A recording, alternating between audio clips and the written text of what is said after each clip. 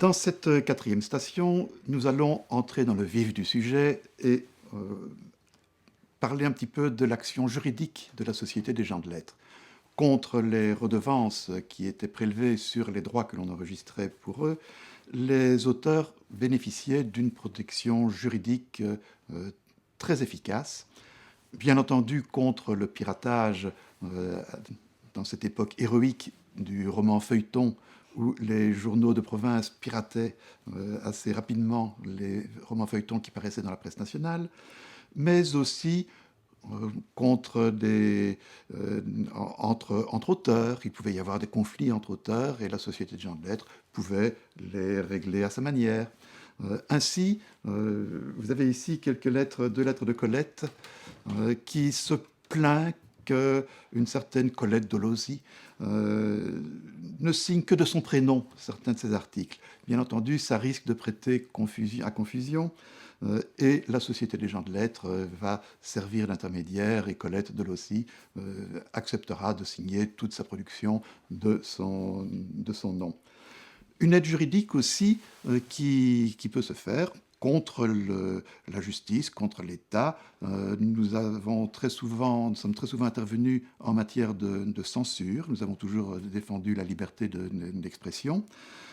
Et il y a même une loi qui a été votée exprès pour la Société des gens de lettres en 1946 qui lui permet de se pourvoir en cassation d'une condamnation pour outrage aux bonnes mœurs prononcée par la voix du livre.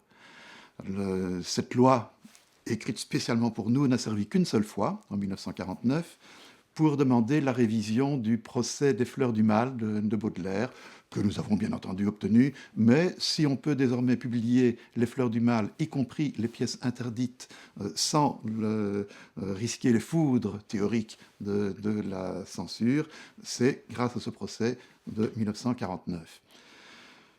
Une aide juridique que l'on peut demander aussi, et que l'on demande souvent, contre des éditeurs qui sont un petit peu lents à payer leurs auteurs.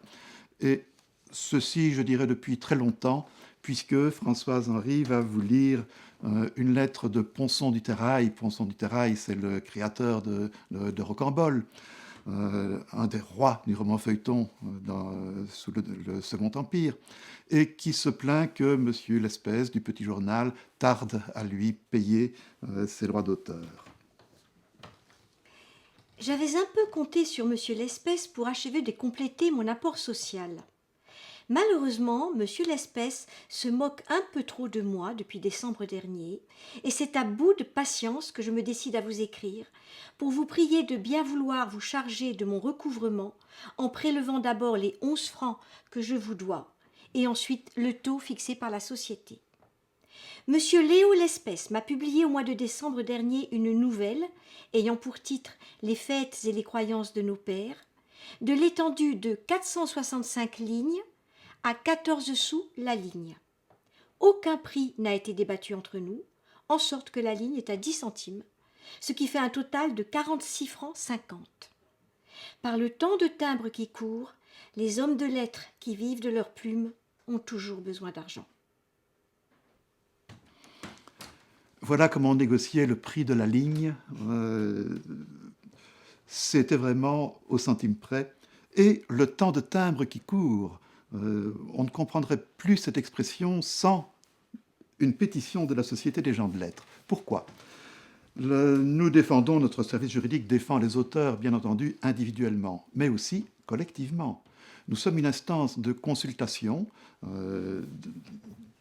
prioritaire pour toutes les lois qui régissent le droit d'auteur ou la vie des auteurs. Autant dire qu'on a eu beaucoup de travail lorsque toute la législation a changé avec la législation européenne qu'il a fallu transcrire en droit français. Mais ce travail, nous le faisons depuis toujours. Et vous avez ici une pétition, parce que nous pouvons aussi interpeller les pouvoirs publics. Vous avez ici une pétition qui a été lancée en 1851 contre un timbre que l'on impose non seulement aux journaux, mais un timbre supplémentaire d'1 centime que l'on imposait aux romans feuilletons pour des raisons morales, parce que le roman feuilleton, c'était toujours très immoral. Donc la Société des gens de lettres a officiellement protesté. Elle a perdu, mais le temps de timbre qui court, c'est à cela que faisait allusion Tronçon du Terrail. Je vous ai mis ici aussi le projet de loi Jean Zay.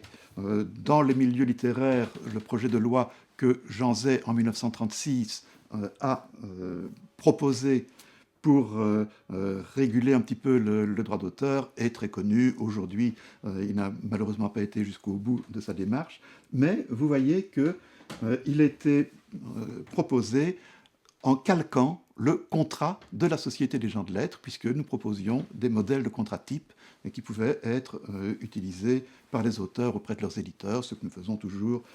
Donc un service juridique extrêmement efficace, extrêmement important. Du coup, la charge de président, la fonction de président de la Société des gens de lettres est aussi lourde qu'exaltante.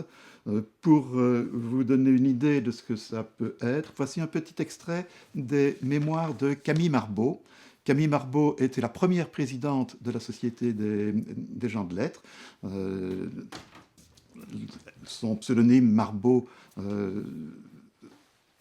prend la première partie de ce prénom et de son nom, Marguerite Borel, et elle a été présidente dans une époque extrêmement chargée, juste avant la guerre, et une deuxième fois à la sortie de la guerre. Et donc voici comment elle se rappelle sa charge de présidente. J'ai eu l'occasion de circuler aussi avec Marcel Pagnol, président éphémère de la Société des auteurs dramatiques. Nous faisions ensemble les visites concernant les revendications communes à nos deux sociétés. Je devais le revoir à Marseille il y a 6 ou 7 ans. Nous demeurions à l'hôtel de Noailles sur la Canebière, devant lequel la foule était si dense un après-midi qu'il nous fallut l'intervention d'un agent pour la fendre et regagner notre chambre. Que se passe-t-il ? Gilbert Bécaud est là, on guette ses autographes.